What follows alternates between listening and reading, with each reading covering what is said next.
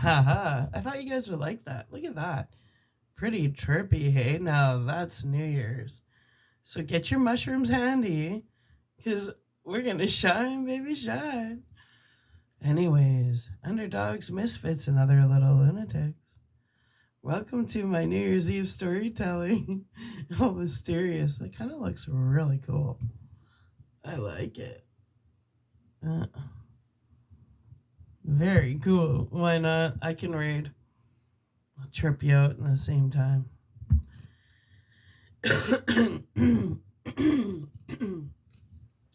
You don't need to see my face.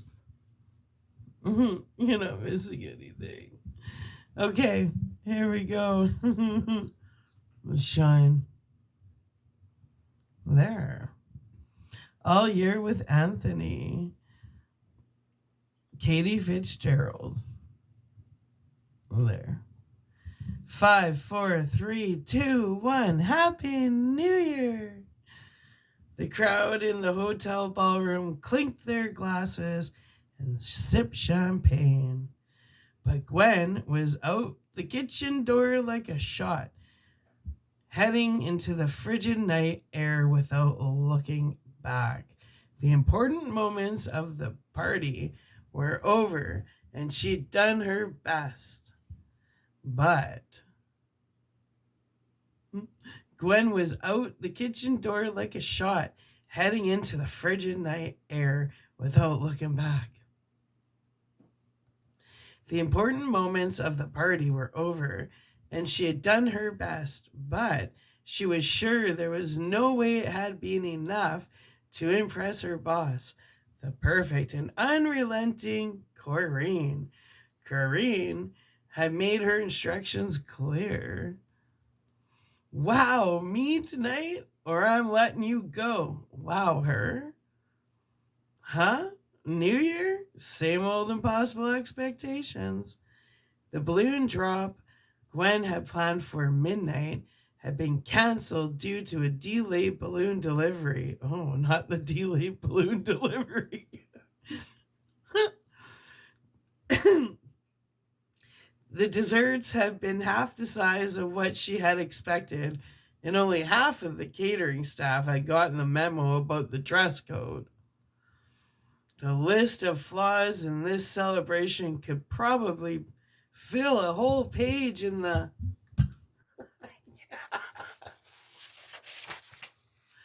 planner, in which Glenn had diligently laid out the perfect night. She figured it didn't matter if she watched the whole thing crash and burn or not. The disasters she had put into motion would happen with or without her at this point. It was cold, though. She had been hot inside with all the dancing bodies in their fancy gowns and tuxedos.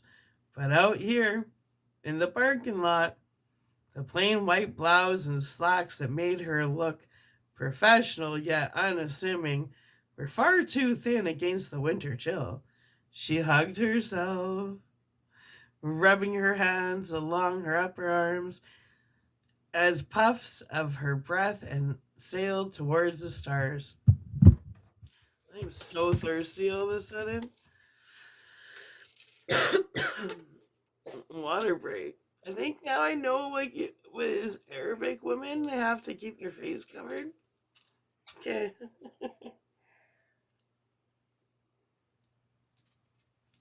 Wow. But anyway, this is more of my galactic Cleopatra look.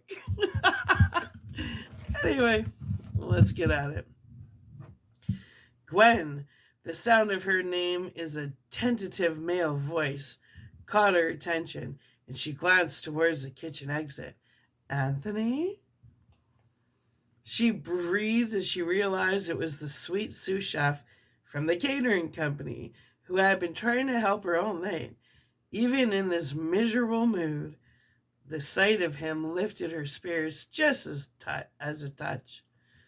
What are you doing here?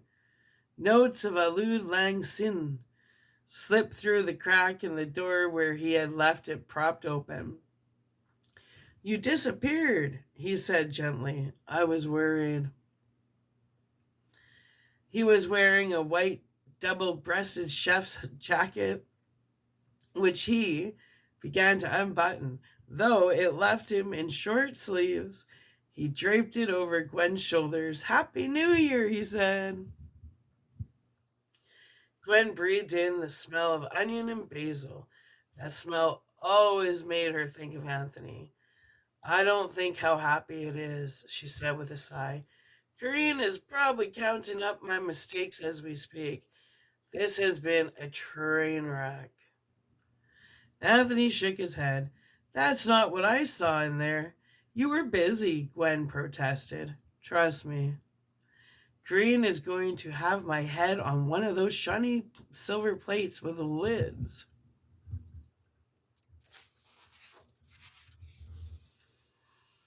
That's called a cloche, Anthony corrected, smiling fondly. But that's not going to happen. You're always so optimistic, Gwen chitted. This was probably her 10th time working an event with Anthony, but only the third one where she had been in charge.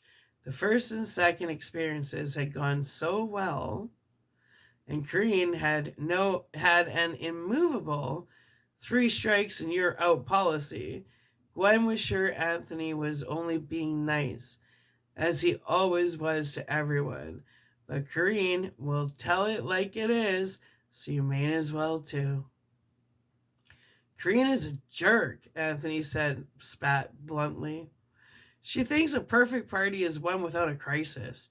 But I've been in this business almost 8 years, and I know that a perfect party is one where every crisis is managed. He put a hand on Gwen's shoulder. You were a rock star tonight. Everyone in there had an awesome time, and that's down to you. Gwen knew her body temperature couldn't actually have risen 10 degrees in an instant, but it really felt that way when Anthony made contact. He was warmth personified. This man, she would miss seeing him all the time when she inevitably got fired. How do you do that? She asked, pulling the chef jacket tighter around her shoulders. Do what? Compliment you, he flashed again. Then just roll off the tongue. It's easy to tell someone her good qualities when she has so many. Ooh, little flirt. Not that, Gwen said, her face definitely blazing with heat now. He really was the nicest guy. Just, how do you stay so positive? Anthony seemed to think for a moment. Then he shrugged. The alternative is depressing, right? I guess. I don't know. I prefer the bright side. It's not like you can go wrong with happy thoughts. Auld Lang Syne faded out, and Gwen heard people clapping.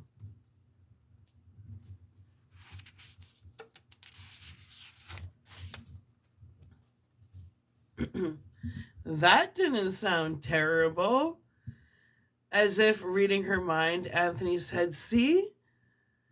They loved it. They applauded. The applause could you just as easily be for you because you made the magic happen. But it could have been so much more magical. Gwen complained. You should see what I planned. Anthony pointed at her. That's right there. That right there, he said, that's how I stay optimistic. I focus on what is, not what might have been. Right?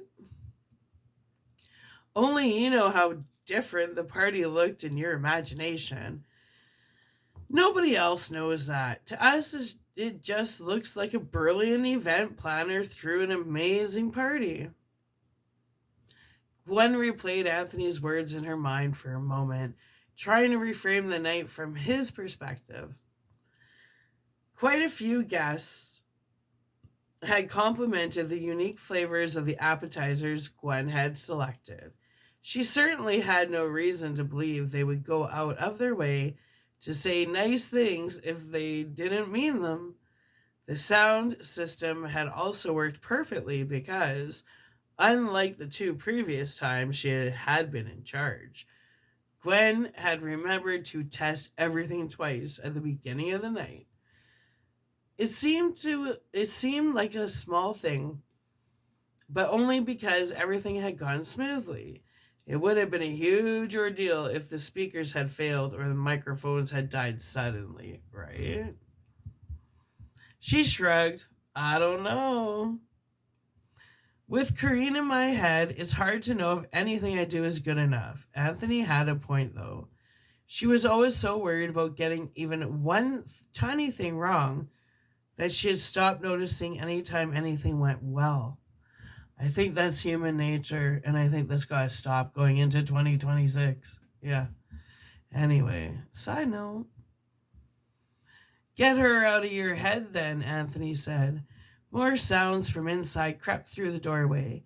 First, the muffled sound of the DJ speaking, and then the opening notes of a slow dance ballad.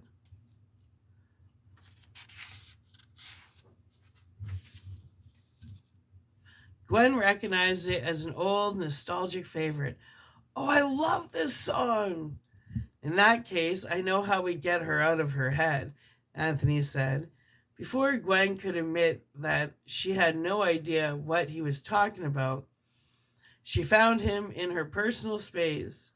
She was surprised, but pleased, when he circled her waist with his arm, resting the other hand on her shoulder. Dance with me. Gwen knew she should probably worry about getting caught goofing off, or probably getting frostbite, but somehow in Anthony's sure, firm hold, she found that all her concerns about work felt less pressing. I bet so. Relaxing her shoulders and releasing a slow breath, she stepped in closer to Anthony and wrapped her arms around his neck. Better, right? He said gently. So much better, she agreed. Corrine who? For a few moments, they were silent. Gwen didn't know what Anthony was thinking about, but she was taking inventory of all the moments she had shared with him this past year. There were more than she realized. When they had first met by the fountain outside of the country club in April, she had noticed the deep brown of his eyes and the floppy curl that hung over his forehead. She turned to look now, and she found it was still there, just tamed tonight with gel to keep it neat. It was adorable, she realized. She had always thought so.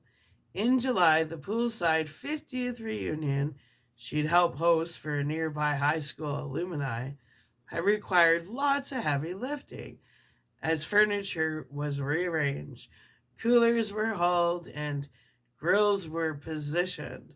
When Glen's arms nearly gave out beneath a stack of lounge chairs, Anthony appeared from seemingly nowhere, rushing to her side to balance the pile before Gwen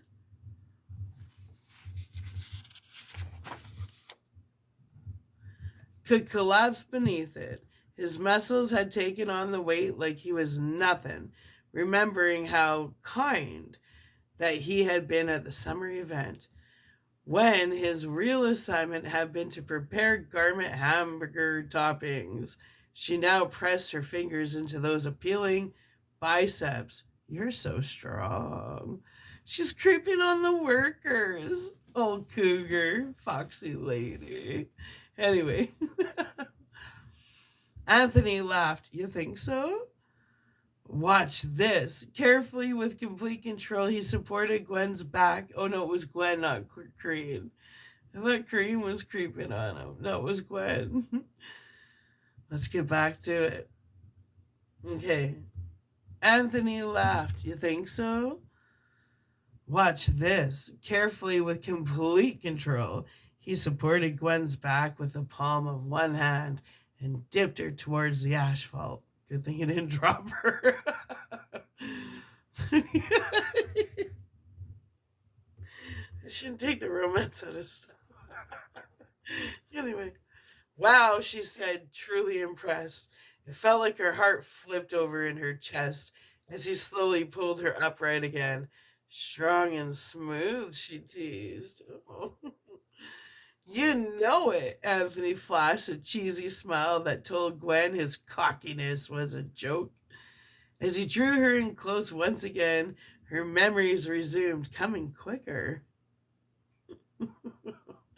In August, Anthony had accidentally walked in on Corinne chewing Gwen out over a spill that had resulted in a slip and fall injury for one of the guests at the fundraiser. Without a word, he had gone back to the kitchen and made her an ice cream sundae, which he delivered to her on the sly as soon as Corinne was out of sight. They ended up sharing the sundae, spoonful by spoonful, as Gwen vented her frustrations over the accident. I just thought of Lady and the Tramp when they're sharing the pasta and meatballs.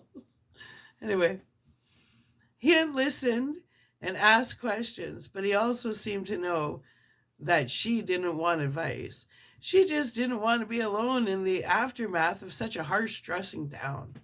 Oktoberfest had been the night Anthony brought the kitchen to a halt. When he realized they were making the wrong appetizer, oh, that sucks. One with an allergen that certainly would have killed one of the guests of honor. Oh, that would have been horrible. The only reason he knew was that he had chatted with Gwen about the menu earlier in the evening. He always paid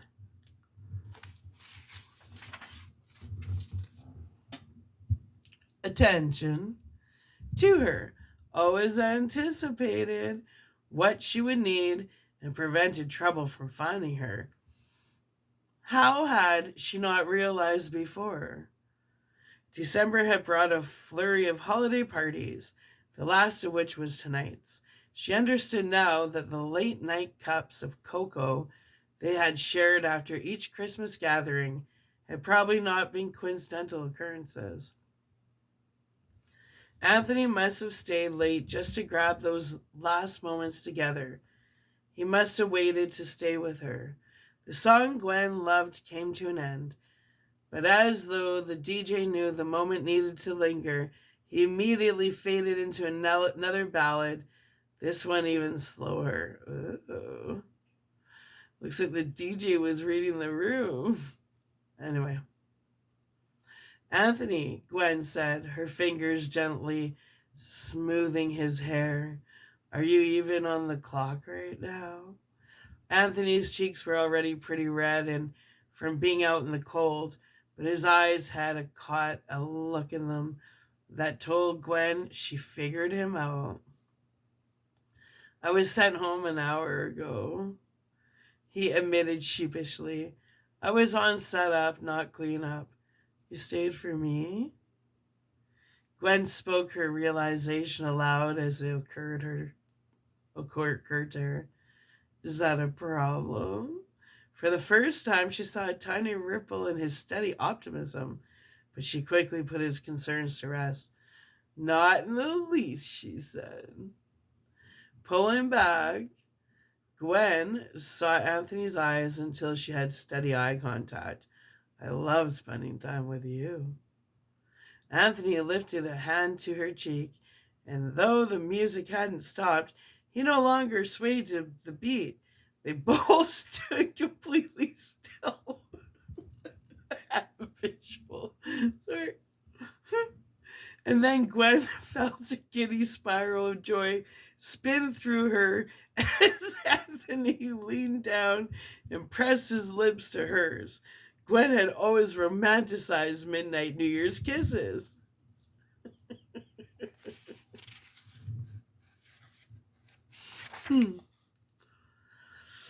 But she never had the opportunity to experience one.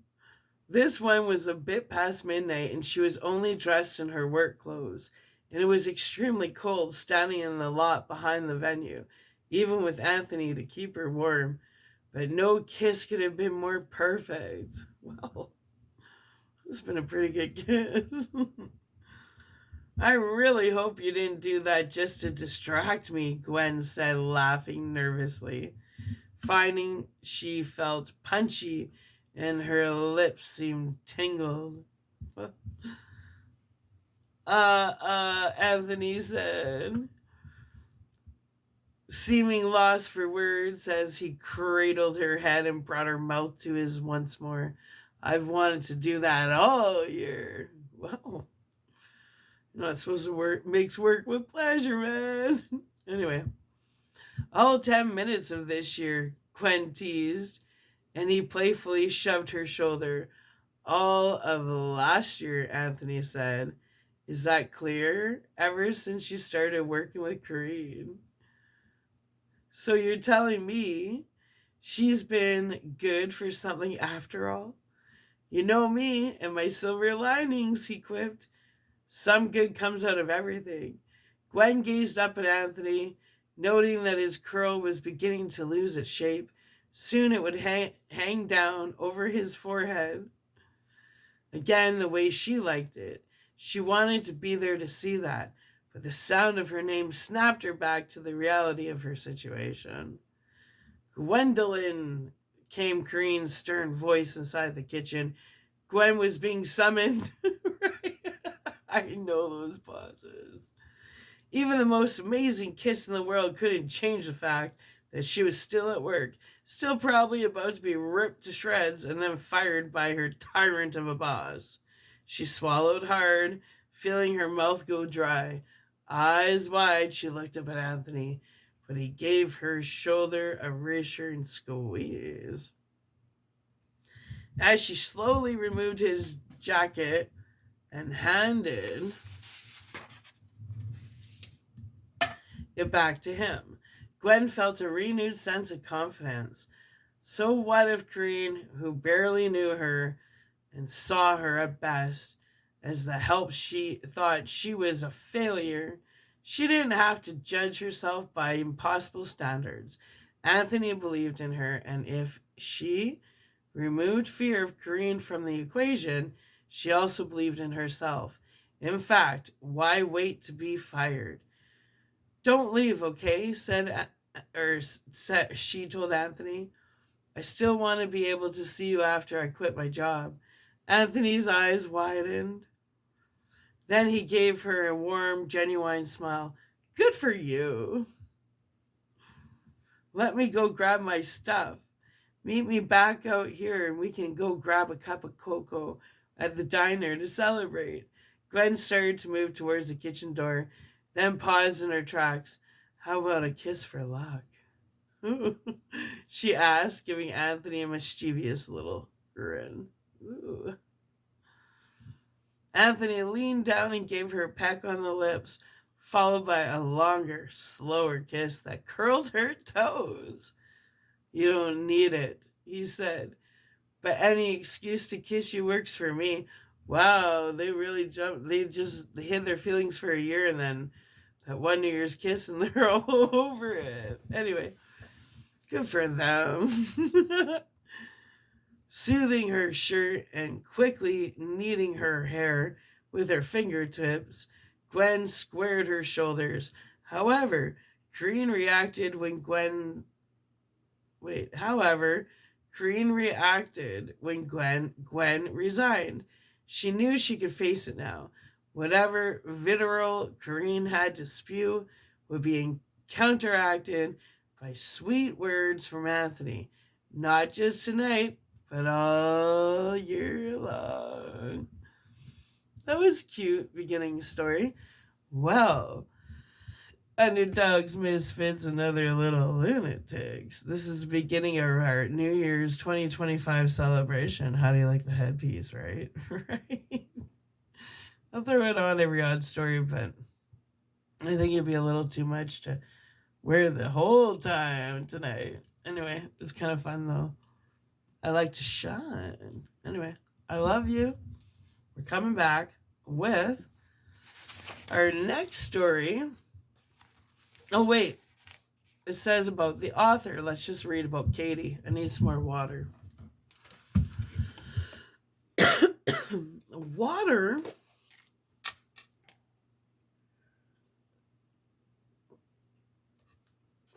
I totally feel like I'm in the Middle East. Anyway, about the author.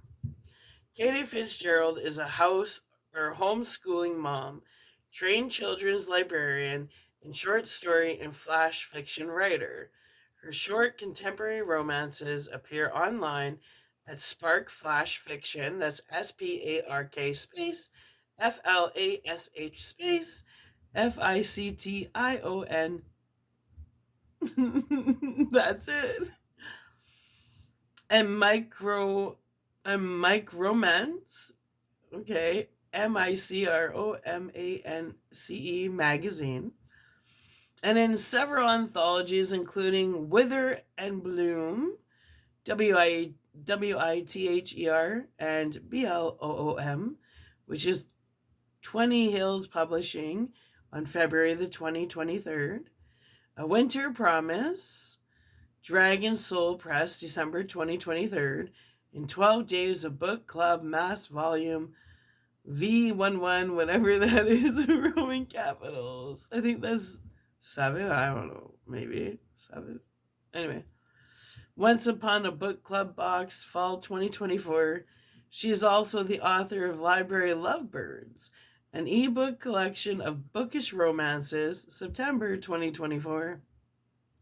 And a novel in Flash, The Bennett's Bloom, January of 2025. Katie lives in Maryland suburbs of Washington, D.C. with her librarian husband, 4 daughters, and 1 son. You can find Katie on Instagram at Katie Fitz Stories. That's an Instagram at KATIEFITZSTORIES. And visit her website at https://twice BIO//KATIEFITZGERALD. Cool. Okay. So that's about Katie, the author. What does this say? Oh. Huh. Okay. So, we're going to come back with our next story, which is called Writing My World. Oh, wow. And that's by Shirley Hay. So, stay tuned for our New Year's 2025 second chance at getting it right as we go into 2026. All right, Underdogs, Misfits, and other little lunatics. I love you. Hope you stay tuned. Do you like my celestial Cleopatra look? Futuristic Cleopatra? Kind of fun. But that's a peekaboo because I ain't wearing this in the next video. It is fun. All right. I love you. Bye.